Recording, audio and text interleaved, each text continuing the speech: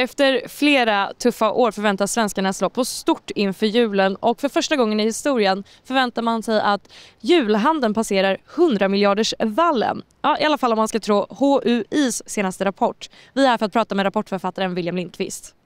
Ni beskriver årets julhandel som historiskt stark. Vad är det som driver uppgången? Ja, men ekonomin vänder ju nu åt det bättre efter flera väldigt tuffa år. Vi har haft en lågkonjunktur som har varit lång och utdragen. Konsumenterna har verkligen hållit igen efter den här levnadskostnadskrisen som vi kommer ifrån. Men nu ser vi ändå att det finns ganska många ljusglimtar som talar gott inför årets julhandel. Vi har räntor som har kommit ner, vi har en inflation som har bromsat in. Sen har vi också den här känslan av att det är en bättre ekonomi att vänta och hushållen kanske känner sig lite tryggare med sin egna ekonomi. Och det talar gott för att konsumtionen ökar. Så det vi ser inför årets julhandel är att den växer med 5%. Då får vi en julhandel som faktiskt passerar 100-miljardersvallen för första gången. Så det blir en historiskt stark julhandel i år.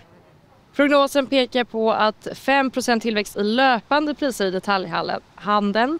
Men hur mycket av det är prisökningar och hur mycket handlar det om att vi faktiskt köper mer? Ja, men i år spås försäljningen öka både när vi mäter i kronor och ören men också i volym, alltså hur mycket vi handlar.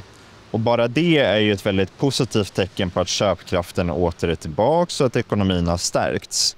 Om man kollar däremot på julhandeln både 2022 och 2023 så drevs ju den egentligen enbart av inflationen. Om vi hade tagit bort den så hade vi haft en negativ utveckling. Men nu ökar alltså försäljningen även i volym. Så vi köper alltså lite mer när köpkraften blir bättre. Hur stor del av årets julhandel sker online versus i butik? Ser ni någon vändning där? Ja, men när jag säger att julhandeln väntas omsätta 102 miljarder i december så pratar jag hela detaljhandeln, det vill säga både fysisk handel och e-handel. Så jag gör ingen sån skillnad i prognosen där. Det man däremot kan säga är ju att e-handeln har vuxit väldigt starkt de senaste åren. Och vi ser också en trend att många konsumenter väljer att vilja köpa sina julklappar just i e-handeln. Man slipper den här stressen och vara ute så här på gatorna i sista stund och trängas i butikerna. Istället är det kanske lite bekvämare att klicka hem sina julklappar genom e-handeln. Gynnas dagligvaruhandeln mest när den inte spår stiga mer än detaljhandeln?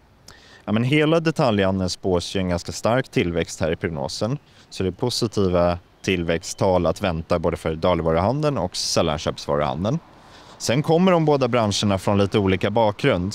Sällanköpsvaruhandeln är en bransch som många kanske har hållit igen på. Man har inte riktigt varit ute och spenderat sina pengar där.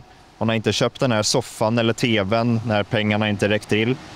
Dagligvaruhandeln däremot har ju gått desto starkare under lågkonjunkturen. Lättare att avstå inköp av de här lite mer kapitaltunga varorna än att gå och köpa mat.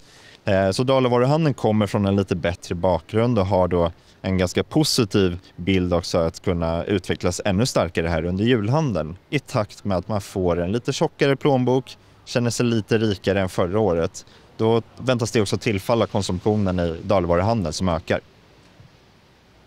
Ni nämner att Black Friday äter av decemberhandeln. Ser ni det som ett hot mot den traditionella julhandeln eller som en naturlig förändring i köpbeteendet? Jag skulle väl inte kalla det ett hot, snarare som att man kan se att julhandeln förändras, vilket den alltid gör. Om man backar bandet ganska många år så skedde ju egentligen julhandeln uteslutande i december. Men numera så startar julhandeln allt tidigare. Vi står här på Kungsgatan och där har de ju redan börjat julpynta och det är girlanger och allt möjligt som tonar att julen är snart här. Och på samma sätt är det ju att konsumenterna har ju startat sin jul lite tidigare. Man kanske pyntar upp lite tidigare hemma, många firar novent. Man vill helt enkelt dra ut det här julfirandet lite längre. Och det kan ju vara på grund av att man känner att det är en stressad period. Man vill sprida ut inköpen, göra det lite mindre stressigt. Och då också en stor del av den här konsumtionen tillfallit november. Och novembers stora reaperioder med Black Friday och hela Black Week som det är nu för tiden. Det är först nästa år som folk får mer i plånboken, men julhandeln sker ju i år. Innebär det att fler kommer handla på kredit? Jag skulle säga att folk har ju det redan lite bättre om man kollar ner i plånboken idag jämfört med vad man hade för ett år sedan. Vi har plånböcker som faktiskt har fyllts på löpande under året. Sen är det ju en del av regeringens expansiva höstbudget. Den träder ju i kraft först nästa år. Det jag däremot tror att den kan göra det är att den ger en lite positiv psykologisk effekt som kan kicka igång konsumtionen redan nu. Sen ska man ju komma ihåg det att Vi kommer från en tid då det har varit väldigt återhållsamma konsumenter. Man har verkligen suttit på pengarna och inte riktigt vågat ta på sig spendera byxorna. Så jag tror att det kommer vara fortsatt en lite sån trend framöver. Att det är lite försiktighet och återhållsamhet som präglar handeln. Så jag tror inte att det är någon större risk att man drar på sig mer krediter bara för att vi har fått lite mer pengar.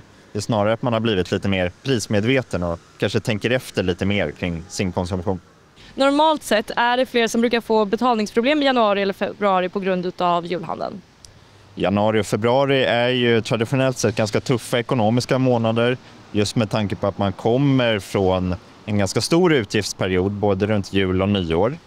Jag ser egentligen ingen skäl att det skulle vara en större ekonomisk smäll och en större risk att man drar på sig betalningsanmärkningar och liknande till 2026 om vi kollar januari, februari då. För vi har ju som sagt en lite bättre ekonomi. Vi har ett lite annat beteende också, att man tänker efter lite mer och är lite mer medveten om vad man faktiskt gör med sina pengar och en lite större försiktighet. Så jag ser inte att den risken har ökat. Ni lyfter att fler hushåll planerar att äta julbord på restaurang. Vad betyder det för dagligvaruhandeln? Tappar butikerna eller får man delade intäkter? Ja, men jag tror att det blir lite mer delade intäkter mellan restaurangerna och dagligvaruhandeln. Hittills i år så har dagligvaruhandelns volymer ökat lite grann om vi kollar försäljning. Inte med jättemycket men en del. Vilket gör att jag tror att den trenden kommer fortsätta även här i jul. Konsumenterna lär inte välja mellan antingen restaurang eller dagligvaruhandeln utan pengarna lär gå lite till de bägge, vilket gör att både dagligvaruhandeln och restaurangförsäljningen spås en positiv tillväxt i årets julhandel.